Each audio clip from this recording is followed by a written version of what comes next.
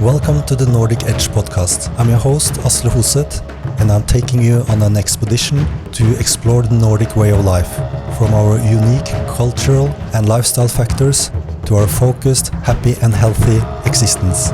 I'm excited to take you on this exploration to uncover the essence of this lifestyle.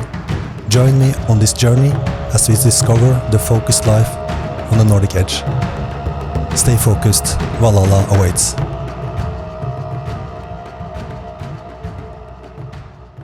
What draws me to learn about the history of the Vikings? They spent most of the time farming, fishing, hunting and crafting. Why this interest? Winston Churchill, he said, "A nation that cuts off its historical roots is like a tree that cuts off its roots. It will wither and die." In addition to roots, we need wings. Having roots gives us a sense of structure, stability and belonging, as well as a broader perspective. Wings symbolize our freedom, dreams and aspirations, and the ability to pursue them. They represent our creativity and imagination and the power to express ourselves. Bruce Naigles, a New York-born sculptor, has also lived in Italy and now in Norway for many years. Where is this true global citizen rooted? Where are his wings taking him? I admire a man taking the road less traveled. This is a different and often challenging path. Let's hear about it. Hello, Bruce. Hi, Asle. Before I met you, I thought of you as the sculptor who put up those amazing smiling heads in the sea outside of Moss. But it turns out you're not from Moss. And please tell me about those sculptures and your motivation and what you were thinking. That's a good question. It was a long process, but the initial idea was about joy, about happiness, and it all began with a young student I had, a 13-year-old student, who asked me one day very simply, "Bruce, why is it that when people make sculptures and paintings of people, they're always so serious, Yeah. and heavy like that? Shouldn't they be a bit lighter and joyful?" I don't think I even gave him a proper answer. It just clicked in the back of my head and set off a whole process. So I made all of these portraits, these busts of people that I basically found on the internet, faces that impressed me so deeply with this, that they radiated this happiness. Yeah. And when I exhibited them, then two older friends, they saw it and they started thinking about the idea of putting them in the sea. Yeah. So initially that wasn't my idea. Yeah. But with time it grew into this process, through the process, they grew in size, and then a whole project to make them large and put them in the sea. Yeah. And that's the fundamental aspect of it, in terms of the outward process. Yeah. There's quite an inward process as well. Yeah. That I realized as I was looking at these faces that one being an old face from Vietnam, another one from Balkans, I realized they lived through war. Yeah. So they lived through hell. Yeah. And they had this intense joy. Yeah. So something that they had carried them through this, carried them through their own personal and these transpersonal tragedies. And they retained something that was essential of life. Yeah. That spirit of life and that connection with themselves. Yeah. And that's why the title of the work is The Keepers of the Faith. Yeah. Because that's what faith is trust in something greater than yourself, or the essence of yourself, right? And to believe that what you experience is real. Yeah. It was a lot of resistance. It was? Yeah, it caught me off guard completely. Yeah. Some people just got outraged, and They can't handle the truth. Sorry? They can't handle the truth. I suppose there's different reasons. I sort of thought of it in the end as psychological acupuncture. Yeah, yeah, Yeah, something of that nature. yeah. But in the end, it was a long process. There was a lot of bureaucracy, a lot of dispensations that we had to get from all the different offices, national, regional, and local. Mm. But everything went through. Yeah, yeah, And make a long story short, they're there. yeah. But when all of this flared up, and Yeah. to me, in a sense, this was the most interesting part, Mm. aside from the works being, finally put in place, Yeah. was that when all this what do you call it, barrage, Mm. and it got very vulgar. Some of these, Mm. comments people would make and ideas people had, Yeah. but not being prepared and not really having been through something of that nature, and you want to make something to make people happy. Yeah, yeah, yeah. But I said to myself, well, look, if you want to make these sculptures, if you want to make these symbols, and you want them to be that, you better be that yourself. So they became a role model. And with time, that role model turned into the idea that there's really nothing there. It's just an idea that's put into a sculptural form that's there. So anything can be a role model. They became a reminder. And anything in life can be a reminder. Yeah. In other words, with the experience that we have, we talked, and you and I could walk down the street and have the same experience, and I could shrug my shoulders, and it could change your life. Yeah. So the experience is all in the quality and the depths of how one takes it in, what one makes of it themselves. Yeah. So I think that was a really great final, or nothing is final. Yeah, yeah. But what it added up to Yeah. at the end. So when people are provoked by smiling faces, maybe you should add some philosophy, like discussions, or to talk to people. Yeah, You say that that's right. that communication is important, and I suppose really in this case, It's essential. Yeah. yeah, when you get provoked by seeing joy, then something is maybe a bit off, I suppose. And I really enjoy, like, there. So if you say make a picture or something that's glad, we always think about children, and these are all grown-up people, and they have, you see, they lived a life, and for you they have kept the joy as the main thing to get through, All right. like even war, and that's a good thing to take. Like we meet these small things and are afraid that it will change us, and they met war and are still, have a joy. That's right. Yeah. That's powerful. It was sad to hear old people say that they were ugly. Okay. They're old and they're old and they're wrinkled and they're ugly. Okay. And that was, Yeah, maybe that's a fear. The fear of I think so, dying. for many. Yeah, sure. It's Was it Freud who said that? I think so. That all fear stems from the fear of dying. So, so maybe poked something there too. But I think that's only good. It's funny when it also stems from a fear of living, Yeah. doesn't it? Yeah. Really, to Both. be able to, I Yeah. think, because this is all, psychology, really, isn't it? Because if things happen when we're young. It's interesting, you see people if you go to a kindergarten, small children or the grandchildren are playing, there's some types who, they just can't tolerate the children laughing and playing and having a good time. So there's something there, and you see children, and at some stage of the game, things happen and they lose their happiness. So where does it go? Or what do they do? What kind of a personality do they build up around that to protect themselves from that pain of whatever it was that had them lose that happiness, right? And then they can grow up to all different personality types.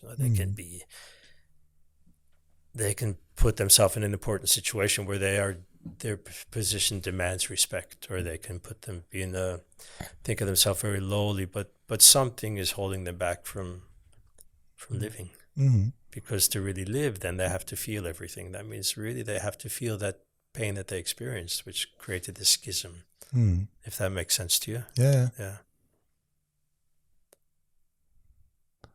And in the end, they are provoked by joy.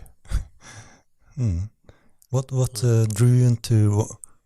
I have so many questions in one question here. But what drew you into sculpturing? And you're using like your life, thousands of hours. What do you want to express? Yeah. There's a lot to say. Yeah. There's a lot to express. I think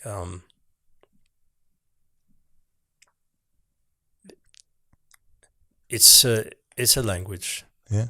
It's a silent language, and it's. I've said that everything that we experience in life, everything that we perceive, is an external expression of an internal dynamic. Mm. So as we experience these things, then I look at the sculpture in that way, that it's a way basically to give form to something that's formless in a tangible sense, formless in a way like relationships, emotions, thoughts, all these things. We don't see them, but they're very present, and they have magnetic qualities. They have dynamics. They have life energy in them. So I'm trying all the time to translate that, to transform that into these images come in my mind, sculptural images. It's always been that way, you know. It can be based on that. It can be based on the beauty of a model, you know. The physical beauty also enchants me completely, especially of women. Yeah. And the female figure, and how personality can shine through that. How personality can decay that, you know, all these impressions that they go, and I want to somehow be able to bring them out. And why sculpture? I don't know. No, it's just the way it turned out. Yeah, it's just the way I was. Yeah. Wasn't really some specific incident in my life that started me to. It felt right. It felt right. Yeah. No, I also heard about what's it called, Business for Peace Foundation. You worked with them also? Yeah, that's right. What did you do? I made what they have for the award, the physical award itself. I created. Yeah. So. Do you know more about them? Yeah, like, a little bit. I don't know so much about them. Yeah, they're basically, it's founded by a group, and it's an award. It's a global award, and it's given to. It's not so much philanthropic as it is people who have. They're all odd people in a way. The people who win it, in the sense that they're not your run-of-the-mill people. They haven't approached business in the standard status quo way. They have built up their businesses in a way that has been a very positive effect on the society around them, or specific cause that they're focused on. Something to better the quality of life, not just for themselves and the stockbrokers, but on a larger social scale. So, and that's the intention, is the belief that through business, to create this new business role model that can be a way to also be profitable. You know, these people are very, very successful business people who win the award. So isn't that the most important thing, to do for others? It seems to be. Yeah, I think so. We learn it more and more as time goes on, how much life is of a better quality. Yeah, I think that's your path also. But if I got this assignment, I'm not an artist, I have to tell you, but I would have got a brain, is it called brain freeze? It's so important task that I will stop working, you know, my brain. How did you solve it? What did you make for them? You'd almost have to see the image of it, but it is a well. I had one statue already, one sculpture that's called tzedakah. Yeah. Tzedakah is a Hebrew and Judaic principle, but it's quite it's universal also. It's based on the idea that of giving and receiving, of giving where to help others and bring others up. From the different stages of it, from giving reluctantly to giving in such a way that you help that one establish their own life and not need that anymore. Yeah. Something like give me a fish and you feed me for the day, teach me to fish and you feed me for my life. Yeah. So that sculpture had a certain form to it. I tried to convince them to use that, but they said, no, it has to be a handshake that they were dead set on. Yeah. And we, at the end of the meeting, we decided that handshake should be inside of a circle or a ring of some sort. And for them, that represented the world, the cosmos. For me, it represented a sort of insulating ring to this handshake within, protecting it from corruption, from misguided thoughts and intentions. And I'm not perfect myself, but of course we understand the workings on both sides. So what came out in the long run, after I had a very short time to do it, but it's a figure, predominantly a male figure, but then he's standing, coming upright out of a sort of abstract foundation, and his arms are spread out, and he's holding a ring. And inside the ring connects also the handshake.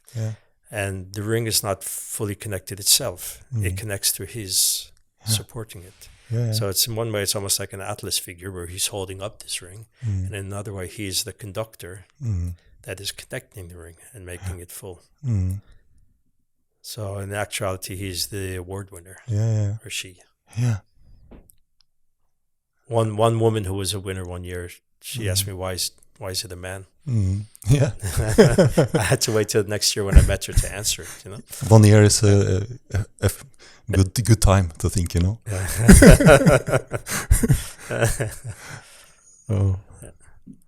So and it's given out to. It used to be 6-7 people at a time. We get it from countries all over the world. And now they generally give out 3 each year, so that they can concentrate more on each individual.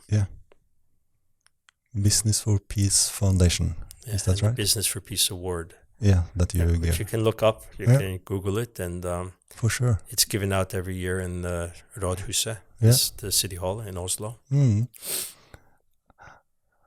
When you talked about the man, before we started to talk, we talked about your clay, and that became a good picture for me, how we all come into the world and go back again. Can you tell about the history of your clay that you have? The actual clay that I have? That you use. Oh, it was a large portion of it was Vigeland's.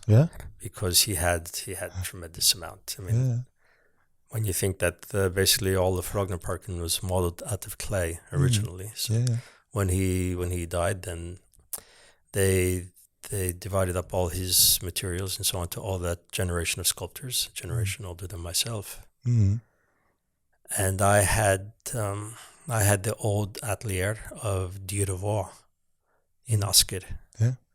I happened to meet his grandson in a village in Brazil. Of course. And that's how it works, right? And that's a whole story in itself, isn't it? As all of these are. But so I had the studio, and there was this enormous crate of dried clay, which I inherited. So you use it, you make sculptures, and it goes back to being clay again after it's molded. That's right. They're all. I mean, clay is ancient, right? So we model it, take a mold, and the clay goes back in the box to become something else. So clay has no form of itself, It's how we shape it, how we model it. What book of rules we use to do it by. in a sense. For sure. Mm. How do you think the art affects you as a person? I'm not sure just The process of the art, and like, I'm not sure if I'm right, but I think I look at the lonely artists, like working with this art, the thoughts, and I think everything we do affects us. Of course it does, I'm curious about how is an artist's lives. Do you think it has changed you? How you view life? How you view yourself? It's a very hard question to answer. I don't know if I can really answer it because you're you. This is how my life has been, And I don't know how my life would be if I was doing something else. If I would imagine that because I'm myself. I am who I am, as you and everyone else who we know. So the qualities that we're born with, but it does give me a lot of time as I work to reflect, to feel, to be myself. Time goes slower. We say time flies, right? Everybody's saying that, and but for me, it goes very slowly. I don't know what to compare it to. No. So it's I have a lot of freedom on the one hand, right? Yeah. On the other hand, not, because maybe I don't have as much the I don't know, normal freedoms that people consider of different ways. But I feel less limited in my life and how I view my life, and it helps me to focus on what's essential all the time. Yeah, you're in charge, and you. So it's a very spiritual. It's a very spiritual activity, you could say. Yeah. When I look around and view myself, I notice we are not able to focus as good anymore. Our thoughts are from one to the other, and and I read about flow. About flow. Get in a flow state. And this guy, he had observed the painters, and he said he was a kid, and he thought that these painters were so in love with the painting because they forgot to eat, but when they were finished, they just put it away and forgot about the painting. So he started wondering what's happening here. So they were so focused, they were so like performing on the edge of what they were able to perform. So they were totally immersed in the activity. And he said that this must be the most addictive thing ever, to be in flow or to get the flow state. And do you recognize kind of this? Well, someone I know had a T-shirt that said only dead fish go with the flow. yeah, that's like maybe another flow. No, that's I just can't resist that one. No, that what I suppose is called the flow. Well, when all your attention and focus is in one on one point, then of course it absorbs you, and everything else falls off, right? And that is that's when the real magic, the real creative magic happens, because then you are just one with that sense, with that energy of creativity, which is the essential energy of you could say of the universe. Is essentially creativity, right? Many different ways to create, but I think you have it also anybody, because then your intuition is given the space to not be interrupted by everyday thoughts of what to do. It happens too, and have to work through periods where it's no flow. It's very important also, right? Isn't it something like 1% is talent, the other 99% is work. Yeah. So it can be a real grind sometimes. Mm. But when you're in that grind also, this is when things are also happening. When things are not flowing, but you have to make everything. Yeah, you have to make it come alive. Yeah. Like making these smiling heads. I had to be in the mood. I mean, I had to create that joy in myself in that time to get that expression. Yeah. And of course, there's days where it's not like that. So then I would work on the ears, for example, or the shape of the head. Things that didn't need to have that. Yeah. Expression. Yeah. And you have to have a strong, like, why you want it to be there. Because, you were able to get through all the adversity. So it must be important for you, your art. And do you feel you're connecting with people? Or are you feeling that people don't understand your art as easily? Well,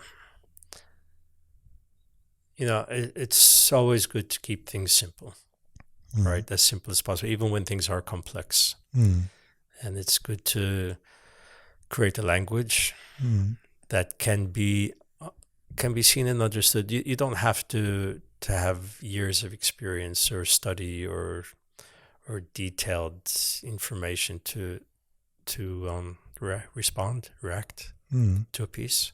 So that my primary thing is that it speaks for itself. Yeah. And I think it works quite well. And then, of course, discussing it, most pieces, they develop into a whole philosophical or allegorical story. Yeah. Or I thought it's a mirror. Yeah. For me, it's a mirror, because as soon as, like any idea, anything that you focus on, and the longer you focus on it, and things arise, questions arise, responses arise, whole dialogues, in a sense, can go on in your mind. And so it deepens and it broadens. Yeah. So this is the part I love about the process of it too. But still, it should be able to be seen simply. Yeah. One should be able to respond to just the simple emotional or sensual quality that it has.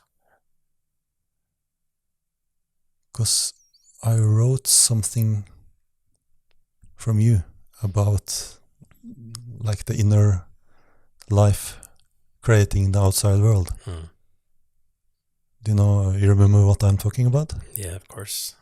Yeah, can you explain to me?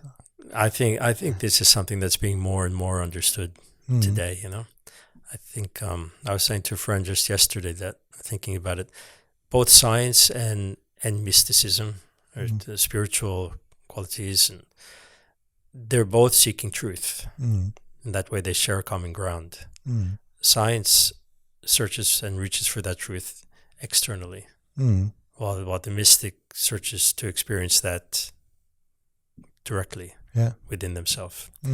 And we're living in a time where this is merging, where science is beginning to realize that, for example, the power of thought, right? Your basic placebo, curing people of diseases, and they say, oh, it's just a placebo, but well, it worked. It cured them, actually. This is the thing. So this is showing mind over matter, and that what we think in our deepest thoughts and what we believe in ourselves come out.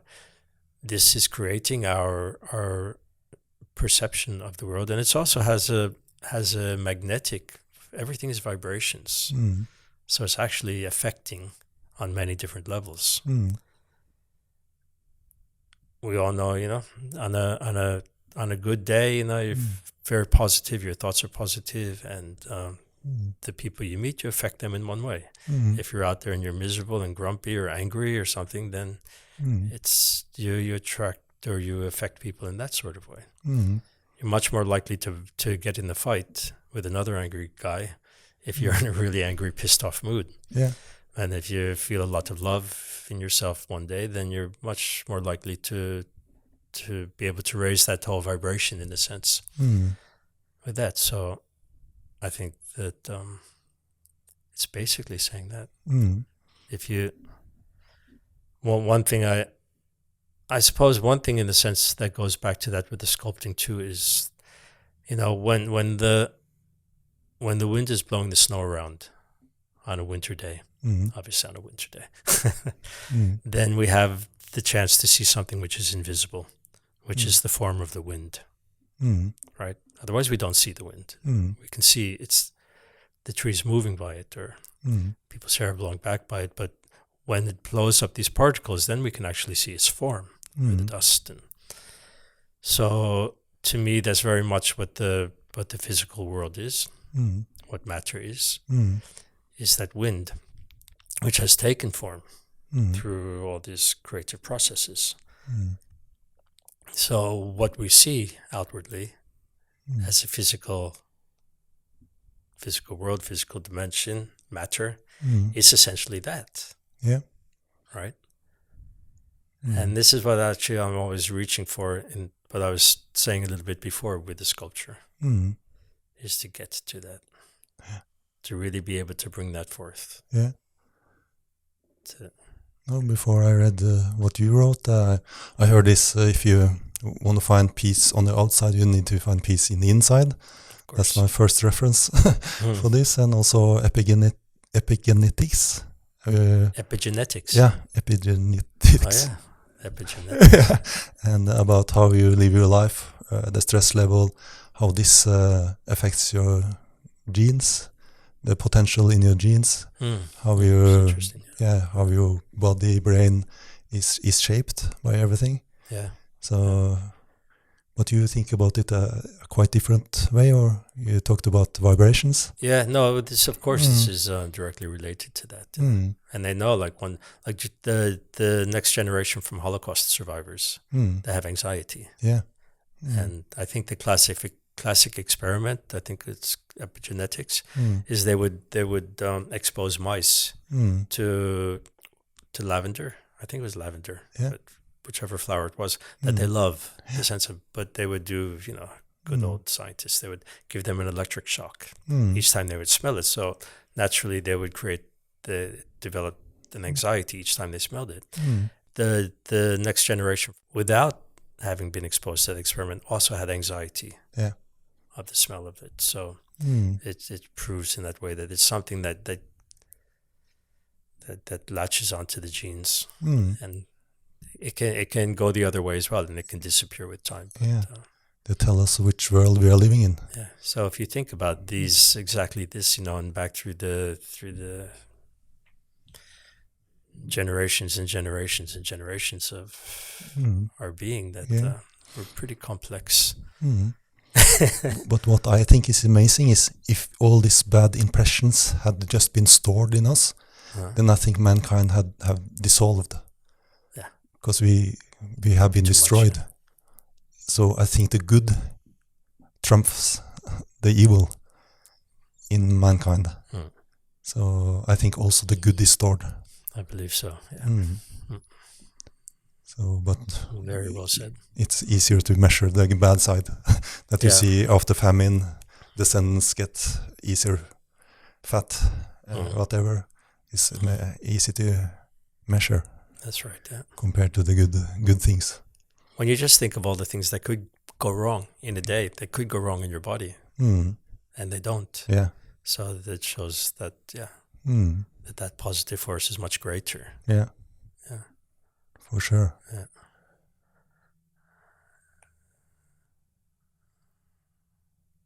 What do you do? You talked about the focus. Do you get the focus like automatically, or do you have something I see people in sports, they have rituals to get themselves into focus. The tennis player, he bounced the ball 4 times and then he has the focus. Or start with meditation, whatever. They put themselves into this state. Or do you feel the day, each day for itself? So I think I'm a bit of an anomaly in that way, because I don't have a specific I don't know. It depends what I'm working on. It depends. A lot. I think it depends on that. So I can start my days very differently. You know. Yeah. It takes me a while to get from home to the studio because I have I spend a good hour every morning meditation, prayer, and these things, because that really settles my nervous system and puts my mind, my heart in the right place. Yeah. So that's essential for my day, for my life, and those around me. Yeah. Naturally. You start with some gratitude and some peace. Yeah. Good. So, cool. And when I get to the studio, like I said, it depends. Almost what I meet when I come in. If I have pieces out, I can jump right on it and be right into it. It depends on maybe where I left it the night before, the day before. Or I can, if I'm a bit tired, then maybe I can sit and sketch for a while. I can sit and look at my phone and get inspiration, look at books, get inspiration.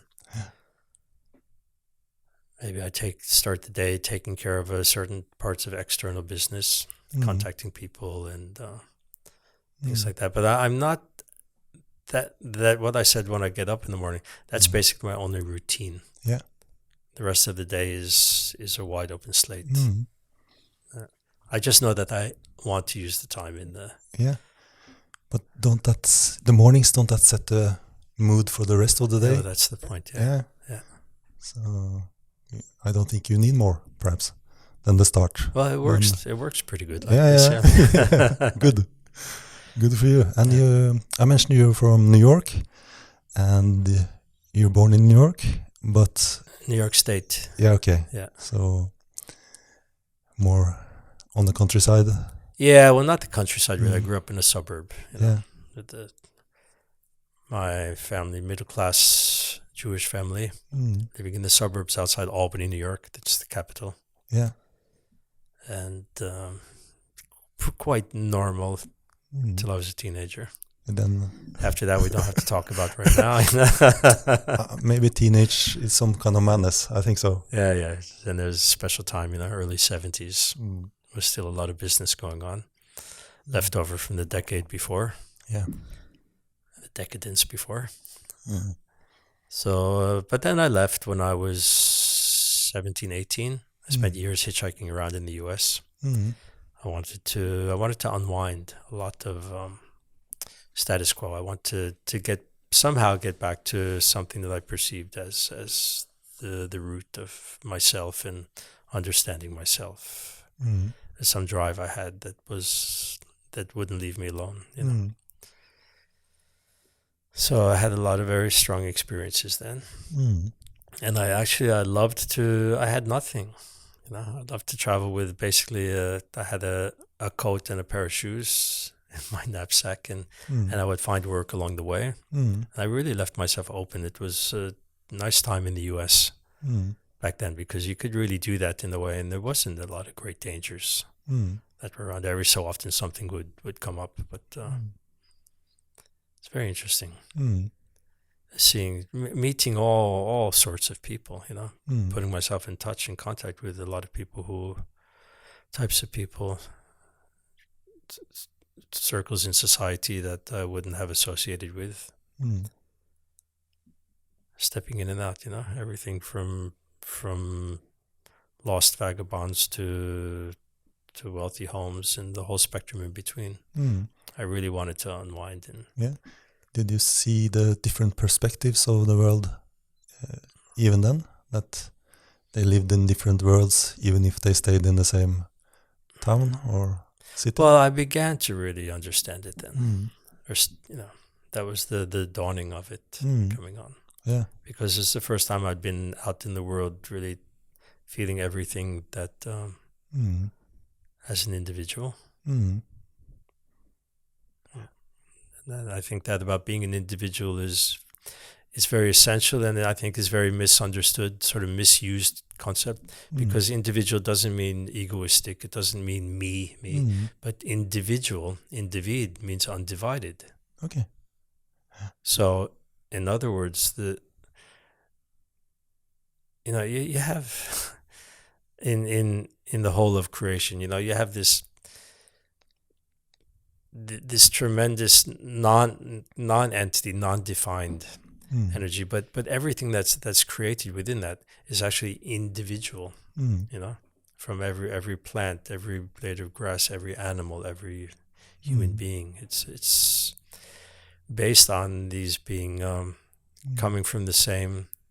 All life comes from one source, but it expresses itself in endless ways, just like the silly metaphor about the snowflakes. So that sense of individuality, of being able to know oneself, to trust that what you know is true, what you experience more or less is true, and to respond to people we meet, who we can learn things from, or we can show things to. But there has to be this response to yes, that I experience that, and it's so regardless of what others may say. Yeah, cool. I think that routines are important, good routines in life, but I also believe that you really see yourself only when you give yourself a challenge, that maybe you are a bit stressed, or you can think of yourself as this kind of person, but suddenly you see, I'm not that kind of person. When the back is against the wall. I get too frustrated, or I'm like this and not that. Yeah.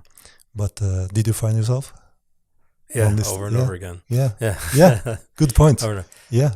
And the other side too, because actually when one can really calm themselves, like a pendulum swinging, the pendulum is swinging, but it's interesting, each time that pendulum reaches its extreme point, it's actually at a point of rest.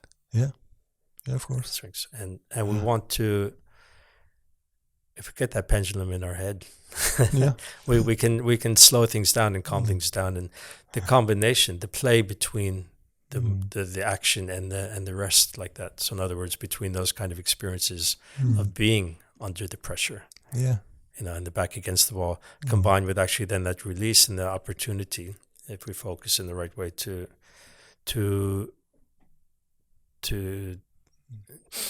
take it in and to integrate it, and make sense of it, and back and forth, and back and forth. And on that note, perhaps it's like I always missed not being able to see the Norwegian society truly from outside, because I look around, I think this is normal, but at some point when you came to Norway, you were able to see us from the outside. What do you think? It must be some changes, some differences. It's a lot of different things. I didn't come here direct from the US. I've been traveling, and I've been living in Italy. Yeah, tell me about that. Tell me about you. You traveled in the United States of America, and then you flew straight to Europe, or? Yeah, basically. Well, I stayed in one area for a few years before I left. And then to Italy. Then I took my bicycle. I rode my bicycle from Paris to Budapest when I was 25. slowly. And it's too much stories within this to use up the next 4 podcasts, I suppose. But then I ended up in Greece, in Crete, and then I ended up in Italy. And then that's when I actually, because I decided when I was 13 that I'm going to sculpt. So when I came to Italy, then I said, okay, now I'm beginning. This is the motherland. This is it, how can you not? If you have any attraction to sculpture, then Italy is back to the womb. Cool. But coming to Norway then, the first thing, I really loved the basic honesty of people here in Norway, when I came. I came from Italy, we all know that's Southern Europe. I love Italy, I love Italians, but the corruption and stories, this and that. It was difficult to trust a lot of situations. I met a lot of good, honest people. But I came to Norway, and things seemed in one way much more simple. much more honest. And the Yantalov, which one grows to not to see as a real sort of hindrance in life. It has a positive side to it, which I experienced then, and that was that you could meet whoever you wanted. You know, everybody, nobody was so much of this or so much of that you couldn't meet them. So I met a lot of people who in the U.S. I probably would not have been able to meet so easily, because Americans once you're a star or once you're this or something big, then you very often become inaccessible. Okay. Not always, or it used to be like that. But here it's very simple. But that changed a bit as time went on. You know, one thing in the U.S., people tend to support each other when they see that there's something going on, something positive or some talent or some qualities. Then people rally behind it and they lift it with intention and with a drive. When I didn't find that in Norway, I found very much the opposite in the way. Unless you were a certain ... then it didn't. I didn't see it going on around, not just with myself, but with a lot of people around. So I realized that there is a certain, then this Yantalov, as you call it here in Norway. It's very prevalent. And I started I'd meet young people with really great talent and great minds that were not appreciated. And ended up on the wrong side of the road because of that, you know. The utilizing of one's potential is very important to... No, it's the waste of talent is unfortunately a very common thing. It's not so good, but I realize it's kind of different. I look at it in the 18th century when we sent almost half the Norwegian population to United States. It wasn't an introverts event, you know. It was, we sent all the extroverts. Is that what happened? Yeah, I think so. That's my private. In a sense, yeah. It's probably got some basic truth to it. So you met the ones stuck at home, the descendants. So sorry for that. Same thing, unfortunately, happened to a lot of Christians too, because the most brilliant ones became priests. Yeah, the brilliant ones often became priests, and then they couldn't have children. Oh, shit. So you lost a lot of good, healthy minds and spirits through that process.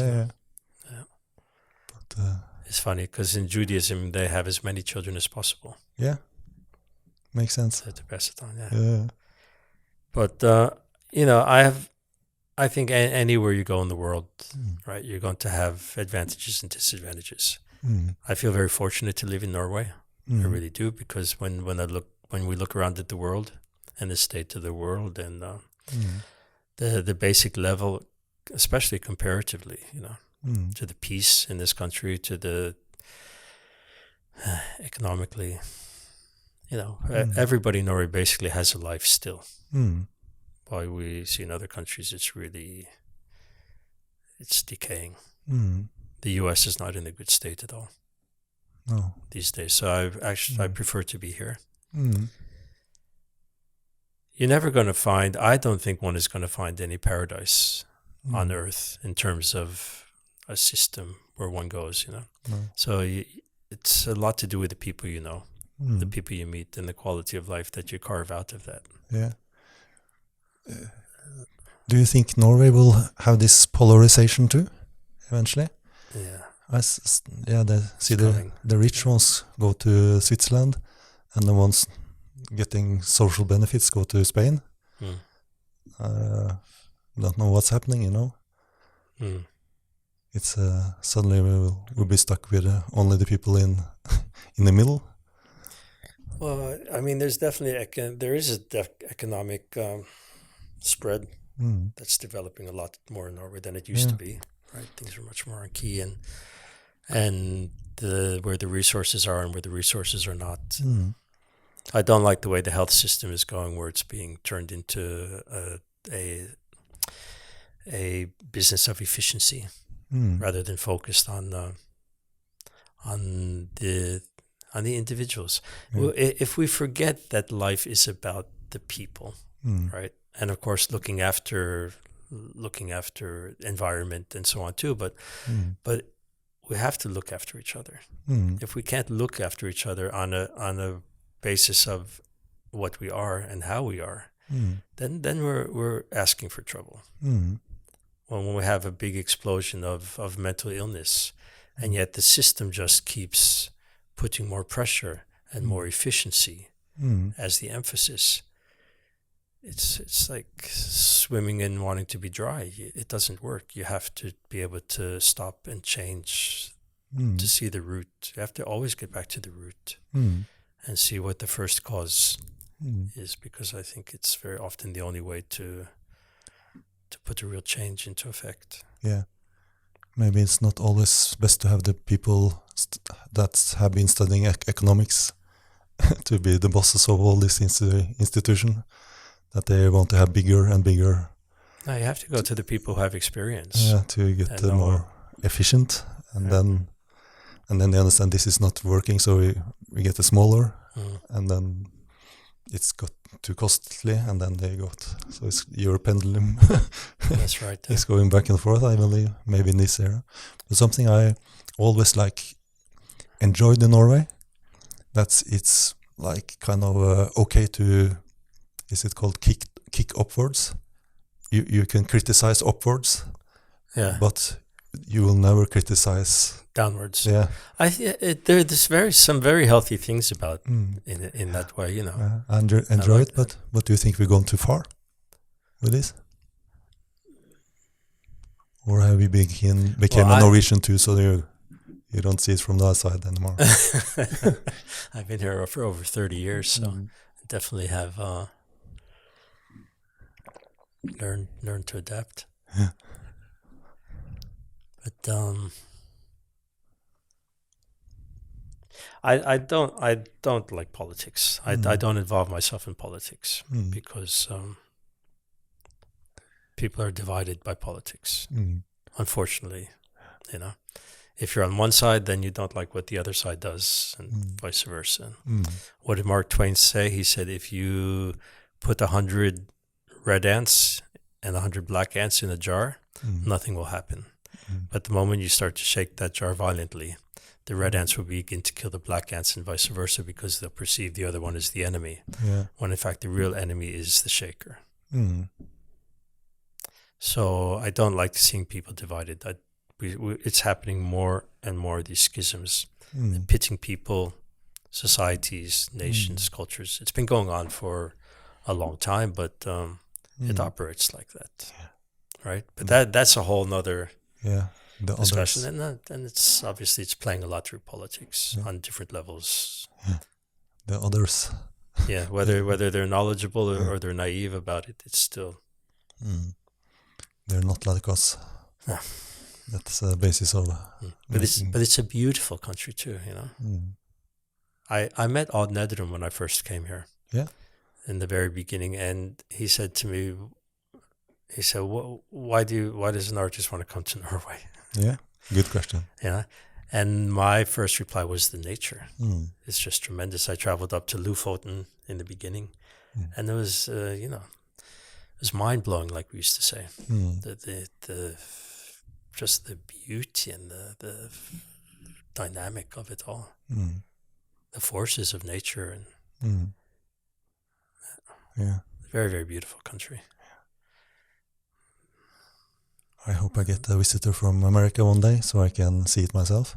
America? Yeah, because you don't see it before you have a visitor to show it too often.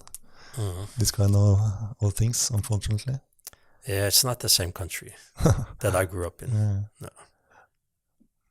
But as a final question, what kind of advice would you have given the younger version of yourself? A lot, you know. Yeah. I'd knock him in the head a bunch of times first and say, "Wake up." What's the most? What would I say? Yeah, couple of good advices to yourself. Yeah, that's a good question. I would say to settle down, Mm-hmm. calm yourself, and look at things for how they are. Mm. Not be emotionally affected. Mm. You know, and that doesn't mean not to feel. It's the contrary, actually, by really feeling. Then, Yeah. and I would have told myself to look deeper into myself early on, understand myself, and understand the conflicts within myself that obviously created a lot of conflicts externally. Back to that, you know, and positive, that love, just to nurture that, and understand things through those eyes, rather than other entanglements, you know. Yeah. Probably something in there, you know. And I think I would have approached my whole sculpting career in a different way. Yeah, I would have, because I'm basically self-taught, you know. So I would have built up a foundation in another way, and I would have built up a certain network, professionally. I think I would have dealt with that side of things a bit more realistically, rather than so idealistically. Because there's a realistic side that I didn't want to have to deal with. I didn't, you know, just make the art, make it as I want, and it should go. But it doesn't go that way. It's the art world is not really just focused on the quality of your work. It's focused on how you present it to the world, how you market, how you're marketed, how you're brought forth. And so I definitely would have taught some lessons in there too. Wouldn't hurt. Yeah, good point. Thank you very much, Bruce. Likewise, thanks for your time. Yeah, it was very and your interesting wisdom. talking to you. Very good questions. Yeah, thank you. Yeah. So and then I look forward to seeing what you produce in the future. And I will remember you as more than the man who made the heads in the sea in Moss. But that works as the man that made the heads in the sea in Moss, you know? Yeah. That's enough in itself. Yeah, I suppose. I think. Yeah. But thank you. Yeah.